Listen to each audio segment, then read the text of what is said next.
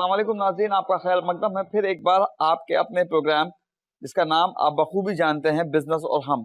इस प्रोग्राम में हम नए नए बिजनेस आइडियाज के बारे में बात करते हैं और मेरे साथ मौजूद रहते हैं फवाद साहब। आइए प्रोग्राम का आगाज करते हैं। अस्सलाम वालेकुम फवाद साहब। वालेकुम अस्सलाम व रहमतुल्लाह। बहुत बहुत खुशी हुई कि दोबारा आप हमारे स्टूडियो में तशरीफ लाए। जज़ाकल्लाह खैर। तो प्रोग्राम का आगाज करते हैं। जैसे इंशाल्लाह। कि पिछले एपिसोड्स में हम नए नए आइडियाज के ऊपर बात कर रहे थे, तो हमारे व्यूअर्स को आज आप कौन सा एक नया आइडिया बताने वाले? आज का जो आइडिया है वो मैं समझता हूँ कि मेरा एक ड्रीम प्रोजेक्ट है अच्छा। और ये मैंने प्रोजेक्ट तकरीबन 3 से 4 साल पहले सोचा था। अल्हम्दुलिल्लाह जितने भी हम आइडियाज़ यहाँ पर डिस्कस कर रहे हैं वो कहीं न कहीं मैंने प्रैक्टिकली होते हुए देखे हैं। ओके। वरना ऐसी कोई बात नहीं कि हवा में बात हो रही हो, प्रैक्टिकली उसको मैंने ग्राउंड पे देखा है, ज़मीन पे होते हुए देखा है और उसी में कुछ इम्प्रोवाइज़ेशन करके, उसी में कुछ और चीज़ करके हम वो चीज़ आगे बढ़ा सकते हैं। मतलब आपने देखा है लेकिन लोगों में आम वो चीज़ नहीं है। लोगों में आम वो चीज़ नहीं ओके। है, लेकिन उसकी ज़रूरत है। और वो ज़रूरत है। चीज़ क्या है? वो चीज़ एक सेल्फ हेल्प ग्रुप के तौर पे भी शुरू की जा सकती है। वो चीज़ एक इंडिविजुअल लेवल पे भी शुरू की जा सकती है। उसके लिए कोई क्वालिफ़िकेशन, कोई एजुकेशन, कोई पढ़ाई-लिखाई की ज़रूरत नहीं है। बस आपके हाथ में हुनर होना चाहिए। अच्छा। अब वो चीज़ ऐसी है कि आप सोचेंगे, आप भी दंग रह जाएँगे। जी, जी। रोटी, अच्छा। रोटी रोटी का कोई बिज़नेस हो सकता है? सबसे बड़ा बिज़नेस हो सकता है भाई आज की दुनिया में। ओके। रोटी के बगैर हम खाना नहीं खा सकते।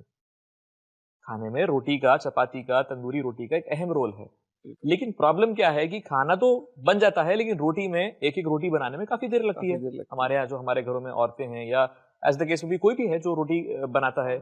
मेरे ख़्याल से नहीं, हकीकत ये है कि जहाँ बैचलर्स साथ में रहते जी, हैं, जी, जी। उन लोगों को रोटी पकाने की जी। सबसे ज़्यादा दिक्कत होती है। सालन भी आजकल या खाना भी रेडीमेड आ जाता है, बाज़ार से आ जाता है, लेकिन रोटी की कॉस्ट जो एक्स्ट्रा पड़ती है, फिर दूसरी बात वो रोटी की क्वालिटी, आप बाज़ार से भी अगर रोटी खरीदने जाएँगे तो कभी वो उसकी क्वालिटी ख़राब है, कभी वो बासी रोटी है, अलग-अलग इश्यूज़ आते रहते हैं रोटी में।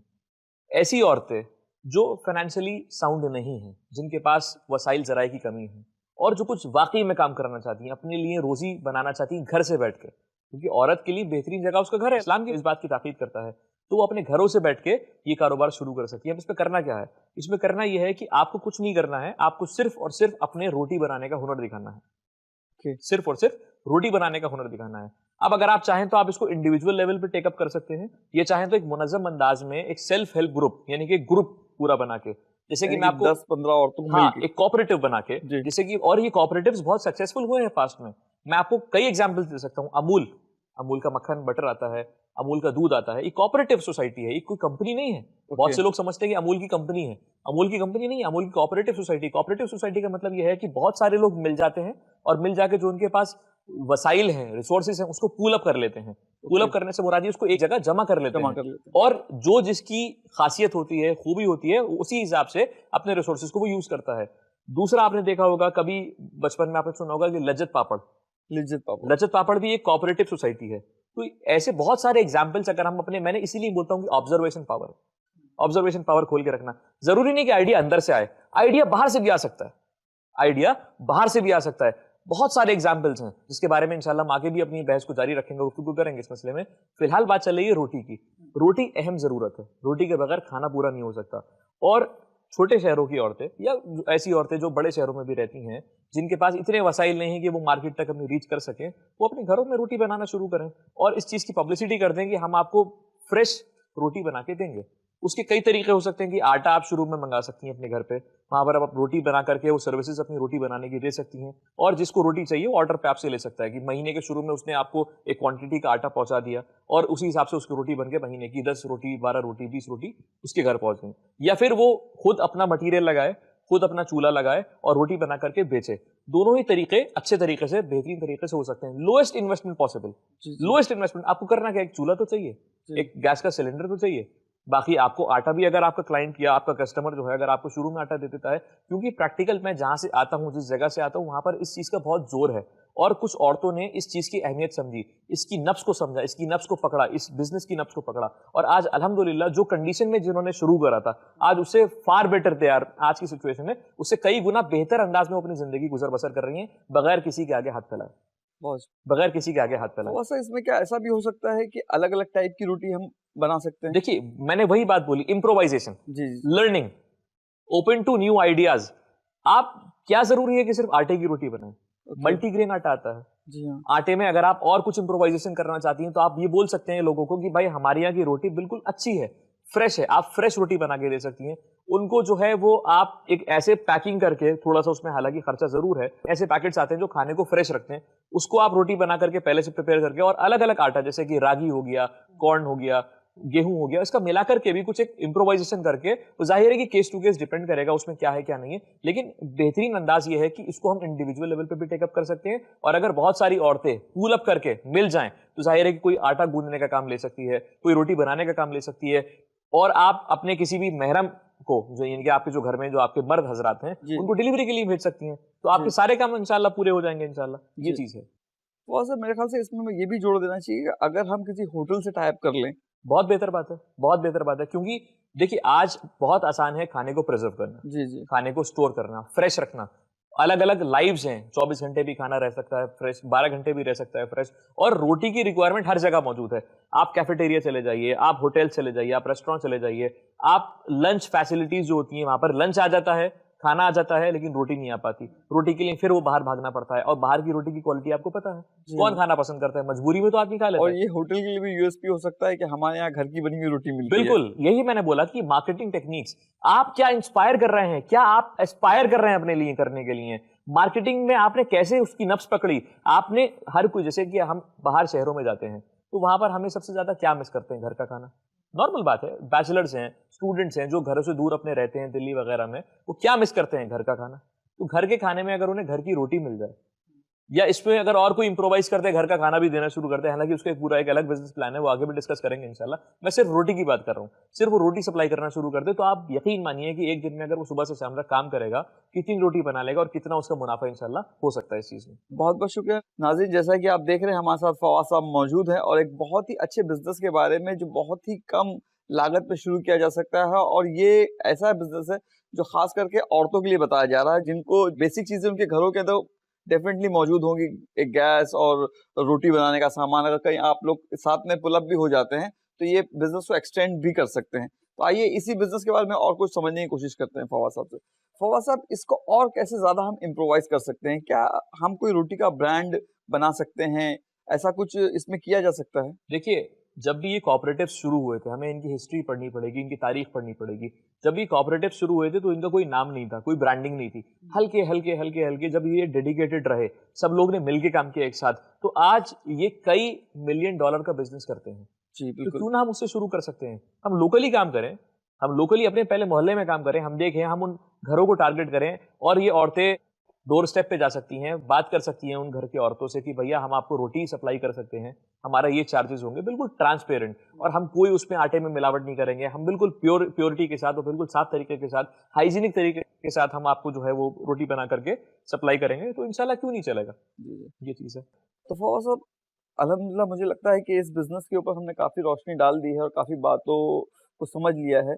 क्यों ना कोई सी एक नए टॉपिक के ऊपर हम लोग बढ़े। आपके नज़र में, अगर आपके जहन में कोई नया टॉपिक या नया कुछ बिजनेस प्लान है, तो क्यों ना आप हमारे ऑडियंस को बताएं। बिल्कुल, इंशाल्लाह। देखिए, हम इसी बिजनेस को, क्योंकि फूड बिजनेस ऐसा है कि इसमें कभी रिसेशन नहीं आता, जी, खाने की जरूरत तो हमेशा है, हमेशा है। कम से कम दिन में 3 बार तो है ही है। बिल्कुल, खाने की और दवाई की, जी इन दो बिजनेस में कभी रिसेशन नहीं आता, कभी इसमें आपको मार्केट में मंदी नहीं मिलेगी।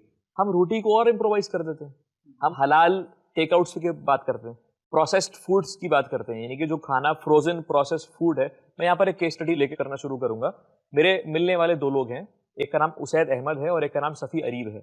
उसैद अहमद पेशे से एक सॉफ्टवेयर फील्ड में काम करने वाले प्रोफेशनल हैं, और इन्होंने पिछले ही साल अपनी जॉब छोड़ी। ओके। बेंगलोर में काम करते थे, इन्होंने अपनी जॉब छोड़ी, और इनके जहन में आया कि अब मुझे कुछ ना कुछ बिजनेस करना है। उम्र इनकी 25 से 26 साल के आसपास की थी उस वक्त। अब अल्हम्दुलिल्लाह इनकी उम्र मेरे ख्याल में 26 से 27 साल की होगी। इन्होंने वो जॉब छोड़ी और ये अपने शहर वापस आ गए। इन्होंने वहां पर ढूंढा, सब कुछ करा, इन्होंने 2-4 बिजनेस शुरू करे, लेकिन उसमें इनको शायद इतना मुनाफा नहीं हो पाया या वो चल नहीं पाए। आखिर में इन्होंने फूड इंडस्ट्री की नब्ज पकड़ी और इन्होंने समझा कि जरूरत क्या है। देखिए, हम कभी भी चिकन या मटन लेने जाते हैं या कोई भी ऐसी चीज लेने जाते हैं, तो हम सबसे पहले क्या चीज देखना पसंद करते हैं कि वो चीज हाइजीनिक हो, वो जी चीज हाँ। हाइजीनिक हो, सफाई से कटी हुई हो, सफाई से धुली हुई हो, या फिर अगर हम और भी चीज में देखें तो उसमें सफाई हम ज्यादा पसंद करते हैं। तो इन्होंने उस चीज की नब्ज पकड़ी, इन्होंने सप्लायर से बात करी, इन्होंने वो चीज, वो रॉ मटेरियल अपने पास, अपने घर में या जो भी इनका प्रेमिसेस था, इन्होंने वो रॉ मटेरियल वहां पर बुलाया, उसको सफाई करी बाकायदा हाइजीनिक तौर पे, उसको फ्रोजन फॉर्म में यानी फ्रीज करके, फ्रीजर में रख करके, उस पर कुछ और पैकेजिंग अच्छी करके जिससे उसकी लाइफ बढ़ सके, और इन्होंने सप्लाई करना शुरू करा। प्रोसेस्ड फ्रोजन फूड का इन्होंने काम शुरू करा। इसी में इन्होंने एक और इम्प्रोवाइजेशन करा साथ साथ इसके, इन्होंने रेडी टू ईट चीजें, रेडी टू ईट चीजें जिसमें स्नैक्स हो गए, खाने की चीजें हो गई, चिकन की या नॉनवेज की, इन्होंने वो बना करके उसको पैक करके फ्रोजन करके शुरू करा कि आप जाइए घर में जाके गर्म करिए और खाना शुरू कर दीजिए। तो एक आइडिया यहां पर इन्होंने दिया। अब हमें क्या करना है, मैं आपको छोटी सी बात बताऊंगा। देखिए, इंस्पिरेशन हमें कहीं से मिल सकती है, इंस्पिरेशन हमें कहीं से मिल सकती है। हमें फर्स्ट मूवर नहीं बनना है, हमें फास्ट मूवर बनना है। फर्स्ट मूवर क्या होता है? फर्स्ट मूवर वो होता है जो सबसे पहले स्टेप ले ले। ये वाले स्टेप्स बहुत सारे हैं मार्केट में, कि जिन्होंने केटरिंग सर्विसेज शुरू करी, जिन्होंने ऐसे टेक आउट शुरू करे। लेकिन फास्ट मूवर क्या है? एयरबीएनबी एक बहुत बड़ी इंडस्ट्री थी बाहर, ओयो रूम्स उससे इंस्पायर हुआ, इंडिया में आकर के उसने बिजनेस शुरू करा। 2 होटल से शुरू करा था जयपुर में, 2 होटल से शुरू करा था, बहुत बड़े प्रोजेक्ट पे काम नहीं करा, बहुत छोटे प्रोजेक्ट से काम शुरू करा। आज इतना बड़ा बिजनेस है उसका कि अगर एयरबीएनबी इंडिया की मार्केट में आ भी जाए तो शायद उतना बड़ा बिजनेस नहीं कर सके। उबर एक बहुत बड़ा ब्रांड, स्टैब्लिश ब्रांड था। ओला ने उसको देख के इंस्पायर हुआ, ओला एक इंडिया का ब्रांड है, ओला उसको देख के इंस्पायर हुआ। याहू, आस्क, विकिहाउ, ये सब सर्च इंजन थे जिनके हमने नाम सुने हैं और हमने कभी ना कभी काम भी किया है। लेकिन एक सर्च इंजन आया गूगल, और उसने आईटी की दुनिया में रेवोल्यूशन ला दिया। याहू वगैरह फर्स्ट मूवर थे, गूगल फास्ट मूवर था। आज गूगल इतना ज्यादा हमारी जबानों पर चढ़ गया है कि हम अगर कोई भी चीज कहते हैं, हम कहते हैं सीधा इसको गूगल कर लो। हम ये नहीं कहते सर्च करो, हम कहते हैं इसे गूगल कर लो। तो दीज आर यूएसपीज। इन्होंने क्या करा? इन्होंने इमोशंस को देखा, इन्होंने इमोशंस को पकड़ा और इन्होंने उसी हिसाब से अकॉर्डिंगली इन्होंने एक्ट करा। उसैद की जो मैं बात कर रहा हूं, जिन्होंने ये फ्रोजन फूड्स की जो कारोबार शुरू करा, इन्होंने इसका नाम है, ब्रांडिंग बहुत जबरदस्त थी। आपने देखा होगा कि हम जब किसी चीज से मुतासिर हो जाते हैं, किसी इंसान से मुतासिर हो जाते हैं, हम उसे उस्ताद कहते हैं अपनी लोकल जबान में, कि भाई वाह उस्ताद, क्या बात आपने कर दी। इन्होंने उस खाने का, उस ब्रांड का नाम रखा स्पेशल उस्तादी। अच्छा, ये ब्रांड कैच करने के लिए, आपका brand it should be very catchy, it should be very impressive, very appealing, it should have an impact on your emotions. आपके इमोशंस को, आपके जज्बात को वो चीज आपको जो है वो उस पर इंपैक्ट करना चाहिए। वो इन्होंने उस चीज को पकड़ा। इन्होंने देखा कि भाई दिल्ली वगैरह में, बॉम्बे वगैरह में या बड़े शहरों में जहां पर स्टूडेंट्स रहते हैं, उन्हें खाने की प्रॉब्लम है। इन्होंने उस इंडस्ट्री को पकड़ना शुरू करा, इन्होंने फ्रोजन फूड्स बनाना शुरू करे, प्रोसेस्ड फ्रोजन फूड्स। आप बस इसको घर पे लेके जाइए, चूल्हे पे चाहे गर्म करिए, चाहे माइक्रोवेव ओवन में गर्म करिए, आपको बिल्कुल रेडी टू मेक खाना तैयार है जी। आपको क्या चाहिए? आपके पास एक ऐसा चीज होनी चाहिए जो कि आप खोलें, उसे फौरन फ्राई करें या गर्म करें और आप उसे खा लें। और it has high nutritional value, जो उन्होंने सर्टिफिकेट लिए वगैरह वगैरह, जो लोगों से उन्होंने टेस्टिंग एजेंसीज कराई उन्होंने, और वो क्लेम करते हैं कि हमारा प्रोडक्ट। फौज भाई, इन बातों पे हम ब्रेक के बाद बात करते हैं, ब्रेक का वक्त इंशाल्लाह। नाज़रीन आप कहीं पे मत जाइए, बहुत ही खास इशू पे हम लोग बात कर रहे हैं, बहुत ही अच्छे टॉपिक पे हम लोग बात कर रहे हैं। इंशाल्लाह ब्रेक के बाद बहुत जल्दी वापस आते हैं, आप अपना ख्याल रखिए।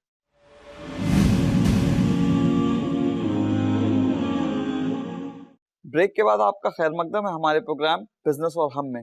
जैसा कि आप सुन रहे थे, फवाद साहब को बता रहे थे एक फ्रोजन इंडस्ट्रीज के बारे में, तो आइए उनसे हम उसी इंडस्ट्री के बारे में और भी कुछ गुफ्तगू करते हैं और भी कुछ सवाल उनसे पूछते हैं। जी फवाद साहब, आप कुछ लाइसेंसिंग के बारे में बता रहे थे। इस चीज को वो क्लेम करते हैं, वो लोग अपने प्रोडक्ट के बारे में, वो लोग बहुत जोर से क्लेम करते हैं कि हमारी जो चीजें हैं, हमारा जो प्रोसेस है बिल्कुल हाइजीनिक है। और उन्होंने इस चीज की टेस्टिंग कराई अलग अलग एजेंसीज में जाके, गवर्नमेंट एजेंसीज में जाके, चाहे वो फूड सिक्योरिटी एजेंसी हो या वो अलग अलग न्यूट्रिशनल वैल्यू की एजेंसी हो। और जब वो चीज जो क्लेम कर रहे हैं, उन्होंने उसका सर्टिफिकेट भी लिया, जिससे ट्रांसपेरेंसी बढ़ी, कंज्यूमर्स में, कस्टमर्स में उनका कॉन्फिडेंस लेवल बढ़ा। तो ये चीज जो है उन्होंने फास्ट मूव करा। उन्होंने मार्केट की नब्ज पकड़ी कि यार ये मार्केट टैप करने की है, हमको इधर ऑपरेट करना है।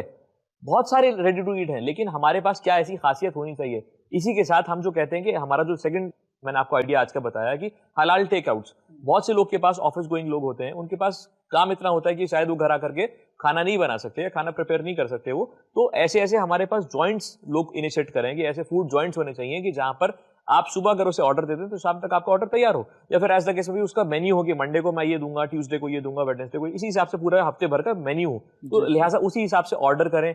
हलाल जब चीज जुड़ जाएगी, हाइजीनिक चीज जुड़ जाएगी, उसके प्रोसेस हाइजीनिक होंगे, आपके पास फूड सिक्योरिटी लाइसेंसिंग होगी, सब बहुत इजीली अवेलेबल है, बहुत कम कीमत पे अवेलेबल है। प्रोडक्ट के अंदर चाहे वो खाना हो या टेकआउट्स हो, उसके अंदर यूएसपी क्या है उसको उजागर करके बताना पड़ेगा, आपको चीखना पड़ेगा, बोलना पड़ेगा, तभी तो लोग आपकी बात सुन लेंगे।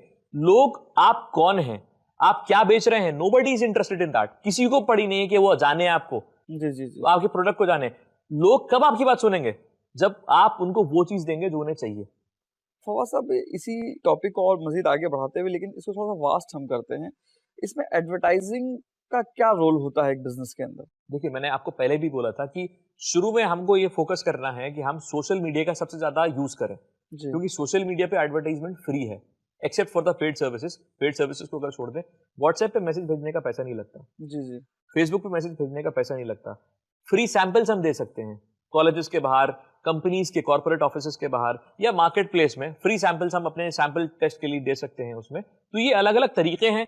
दूसरी बात, आप पैम्फलेट बांट सकते हैं, आप व्हाट्सएप अपील कर सकते हैं। ये कई सारे तरीके हैं जिससे आप इंडोर्स कर सकते हैं अपने प्रोडक्ट को, अपील कर सकते हैं कंज्यूमर्स में कि वो आपके प्रोडक्ट की तरफ माइल हो, आपके प्रोडक्ट की तरफ वो इंटरेस्टेड हो।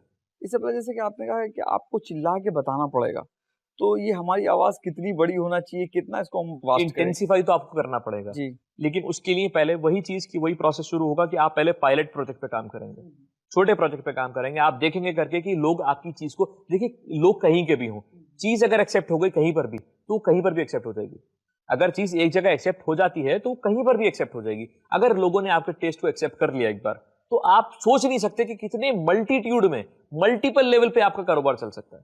अपने प्रोडक्ट के अंदर, अपने काम के अंदर यूएसपी ढूंढना भी बहुत ज्यादा जरूरी है। इस वक्त फ्रोजन फूड इंडस्ट्री बहुत हाई लेवल पे ग्रोथ कर रही है, ओके, मतलब one of the highest growing industry है, और इसको समझने की जरूरत है। आप खुद देखिए, इतने बिजी माहौल में, इतने मसरूफ माहौल में किसके पास से वक्त रहता है कि वो खाना बना ले? रात को 11 बजे 10 बजे अगर कोई शख्स अपने घर पे पहुंच रहा है। लेकिन फवाद साहब, इसके अंदर सेहत से जुड़ी जो बातें हैं, क्या ये प्रॉब्लमेटिक नहीं हो सकती? नहीं, मैंने आपको वही बोला कि उन लोगों का जो मैंने एग्जांपल दिया, तो उन्होंने अपने बाकायदा टेस्ट करा है। उनका खासियत क्या है? वो बाजार का खाना नहीं बेच रहे हैं, अल्टीमेटली तो वो घर पे बना रहे हैं, ओके, घर पे हाइजीनिक प्रोसेस के थ्रू वो बना रहे हैं खाना। वो क्लेम कर रहे हैं कि दिस फूड इज 100% न्यूट्रिशनल, या मेजॉरिटी पार्ट उसका न्यूट्रिशनल है। उसके पीछे उन्होंने सब कुछ डिस्क्लोज किया कि इसमें कितना एनर्जी लेवल है, इसको हमने कैसे, पूरा उन्होंने प्रोसेस है वहां पर डिक्लेयर करा है कि हम इसको कैसे बनाते हैं, कैसे पैक करते हैं। पैक करने का वीडियो भी उन्होंने बनाया है यूट्यूब पे जो अवेलेबल है उनका। ऐसे करके हम वो चीज कर सकते हैं। हम अपने, कम से कम अगर वीडियो नहीं बना पा रहे हैं तो उसके प्रोसेस हम अपने पैम्फलेट के पीछे लिख के दे सकते हैं, कि ताकि लोगों को पता चल सके। अब हाँ, वो चीज ये लिख सकते हैं कि हमने बेस्ट क्वालिटी रॉ मटेरियल इसमें यूज किया है, बेस्ट क्वालिटी हमने ऑयल इसमें यूज किया है, हमने बेस्ट क्वालिटी तरीके से, बेस्ट स्टैंडर्ड तरीके से हमने इसको ट्रांसपेरेंसी की बात तो पहले भी बहुत कर प्रिपेयर चुके किया हैं, है। देखिए, जब तक ट्रांसपेरेंसी आप नहीं लाएंगे, आप मार्केट कैप्चर नहीं कर नहीं कर सकते। सकते, क्योंकि आपका प्रोडक्ट भले ही 10 लोग और भी बना रहे हैं, लेकिन आप उसके अंदर यूएसपी लाइए, ट्रांसपेरेंसी जी, लाइए और अपने कस्टमर का भरोसा जीतिए। फास्ट मूवर क्या है, फास्ट मूवर वो क्या चीज है? आइडेंटिफाई करनी पड़ेगी। फास्ट मूवर क्या है, आपका प्रोडक्ट क्यों एक्सेप्ट हो, आपके अंदर वो क्या स्पार्क है जो लोग आपको एक्सेप्ट कर सके। Accept करें। आपने लोगों की नब्ज पकड़ी कि आपके पास मसरूफियत है, खाना बनाने का वक्त नहीं है, लेकिन आपको खाना खाना है, जी, जी। Because that is your need. वो आपकी नीड है, वो आपकी सेहत है। और अगर हम आपको फ्रोजन सेहत वाला खाना देते हैं, बहुत अच्छी बात। न्यूट्रिशनल फूड देते हैं, चाहे वो लंच की फॉर्म में हो, चाहे वो डिनर की फॉर्म में हो, और फ्रोजन है, खराब भी नहीं होगा, आप उसको जाइए अवन में गर्म करिए या चूल्हे पे गर्म करिए, अलग अलग प्रोसेस है उसका, और आप खाना शुरू कर दीजिए, और अफोर्डेबल रेट्स में।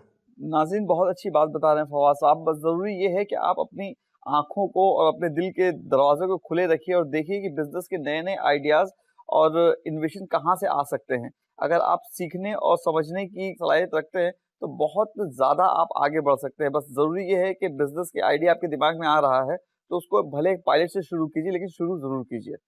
फवाद साहब, जो हम फ्रोज़न वाले इसके ऊपर हम बात कर रहे थे, क्या इसमें लाइसेंसिंग पहले से हमको लेना पड़ेगा या हम इसको भी छोटे उससे स्टार्ट कर सकते नहीं, हैं? जहां तक फूड की बात आती है तो लाइसेंसिंग जरूरी हो जाती है। ओके, लाइसेंसिंग में अलग अलग कैटेगरीज हैं, वो आपकी सेल पे डिपेंड करता है। वो ऑल ओवर इंडिया के लिए एक यकसू कानून है। वहां पर आपकी सेल पे डिपेंड करता है कि आपकी सेल एक लेवल तक है तो आपको रजिस्ट्रेशन कराना पड़ेगा। अगर आपकी सेल और ऊपर बढ़ गई है तो आपको लाइसेंस लेना पड़ेगा। वो जरूरी है, क्योंकि फूड स्टैंडर्ड्स को कंप्लाई करना, लोग आपकी बात को क्यों मानेंगे? जब तक किसी चीज का ऐड आता है, वो ये बात क्लेम करता है, कोई मेडिसिनल कोई चीज है, कोई प्रोडक्ट है, वो ये बात क्लेम करता है कि इंडियन मेडिकल एसोसिएशन द्वारा प्रमाणित, कि ये इंडियन मेडिकल एसोसिएशन ने इसको बैकअप किया है, तो लोग समझ लेते हैं कि हाँ, ये जो बात बोल रहा है सच बोल रहा है। हाँ, तो ये बिल्कुल ऐसी बात होगी कि जैसे कि अगर हमारे शहर में कहीं न कहीं एक आपको अच्छी चाय मिलती है, जी, तो डेफ़िनेटली वो उसने आईएसआई का कोई मार्क या कोई ऐसा लाइसेंस तो स्पेशल लिया नहीं कि मुझे जी, चाय बेचने का। जी। ये बात अलग है कि वो सप्लाई बड़े लेवल पे कर रहा है, तो उसको बड़ी लाइसेंसिंग नहीं, होगी। छोटे लेवल पे भी कर रहा है। अगर वो फूड लाइसेंस की तरफ जाता है तो वो नूरन अला नूर, मतलब कि वो तो और मजीद उसके लिए अच्छी बात है कि लोग कहेंगे देखो ये इसकी चाय अच्छी है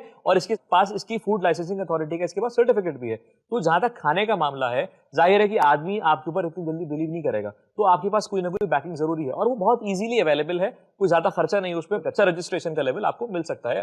मार्केट में कंसल्टेंट्स मौजूद हैं, आप जा सकते हैं उनके पास, आप कॉन्टैक्ट कर सकते हैं। FSSAI का लाइसेंस होता है ये।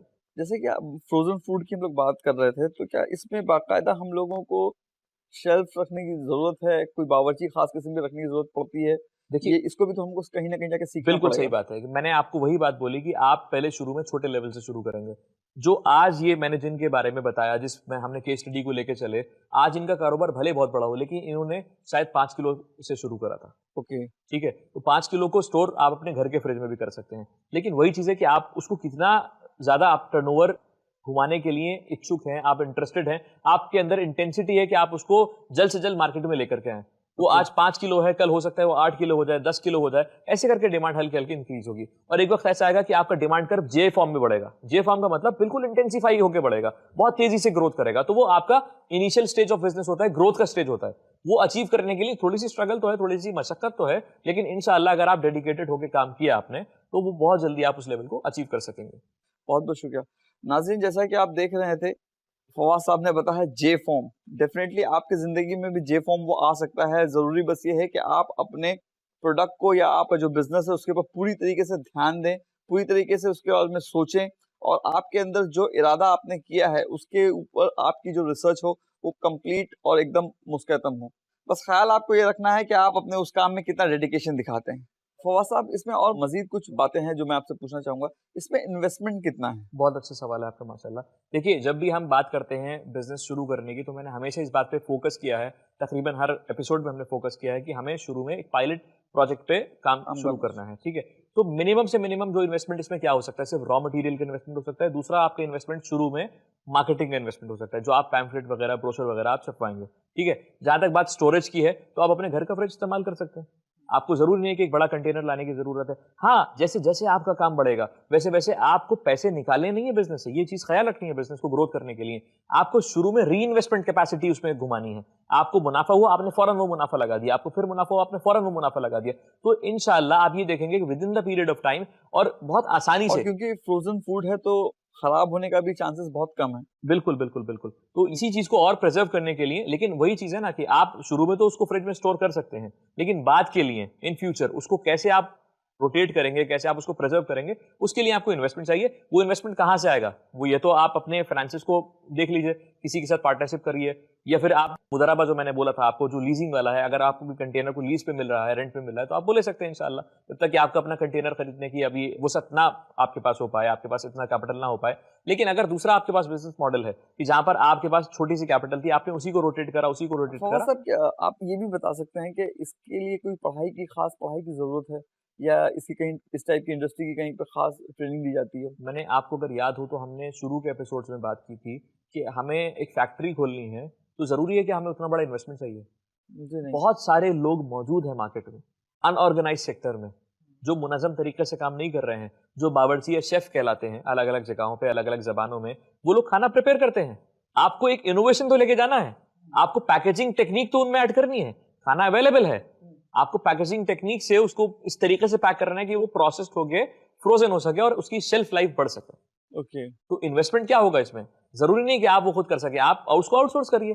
जी, जी। आपको ज़रूरी नहीं कि घर में आप मैन्युफैक्चरिंग करें, उसको मैन्युफैक्चरिंग आउटसोर्स करिए। वहाँ से अपनी ब्रांडिंग, अपनी पैकेजिंग करके आप उसको आगे फॉरवर्ड कर सकते हैं मार्केट में इंशाल्लाह। शुरुआत ऐसे कर सकते हैं, आगे इंशाल्लाह चल के आप उसको और मज़ीद इंटेंसिफाई और डाइवर्सिफाई कर सकते हैं। फवाद साहब, इसमें ब्रांडिंग का कितना रोल होता है? देखिए, ब्रांडिंग डेवलप करने के लिए बहुत बड़ा रोल है कि आपका एक नाम होना चाहिए। मेरा नाम फवाज़ है, आपका नाम खालिद है, तो लोग हमें हमारे नाम से जानते हैं। इसी तरह प्रोडक्ट का नाम होता है। प्रोडक्ट का नाम करने के लिए ब्रांडिंग की बहुत ज़रूरत है। ब्रांडिंग कराने के लिए कई सारी चीज़ें हैं कि आप उसको कॉपीराइट करा सकते हैं, आप उसको ट्रेडमार्क में जा सकते हैं, इंटेलेक्चुअल प्रॉपर्टी राइट्स में गवर्नमेंट का डिपार्टमेंट होता है, वहाँ पेटेंट्स जाके रजिस्टर्ड होते हैं। दूसरा, आप आईएसओ सर्टिफिकेट्स ले सकते हैं। लेकिन ये सब बात की चीज़ें हैं, शुरुआत में ज़रूरत नहीं है। हाँ, जब आपको लगेगा कि मेरा प्रोडक्ट मार्केट में चल चुका है और मुझे खतरा है कि कोई मेरा ब्रांड कॉपी ना कर सके, तो लिहाजा उसकी सेफ्टी के लिए आप उसकी ब्रांडिंग करा सकते हैं। आप बाकायदा गवर्नमेंट डिपार्टमेंट्स में जाके उसके राइट्स को, उसके ट्रेडमार्क को सिक्योर कर सकते हैं इंशाल्लाह। बहुत बहुत शुक्रिया फवाद साहब। नाज़रीन, जैसा कि आपने देखा, हमारे साथ मौजूद हैं फवाद साहब, जो बहुत ही उम्दा बातें बता रहे थे बिजनेस टेक्निक्स के बारे में। तो वक्त इजाज़त नहीं दे रहा, हमें यहाँ पे रैप अप करना पड़ेगा। इंशाअल्लाह अगले एपिसोड में हम इसी गुफ्तगू को मज़ीद आगे बढ़ाएंगे और भी बातें पूछेंगे और भी सवालात करेंगे। तो अब मुझे दीजिए इजाज़त। अस्सलाम वालेकुम व रहमतुल्लाहि व बरकातुहू।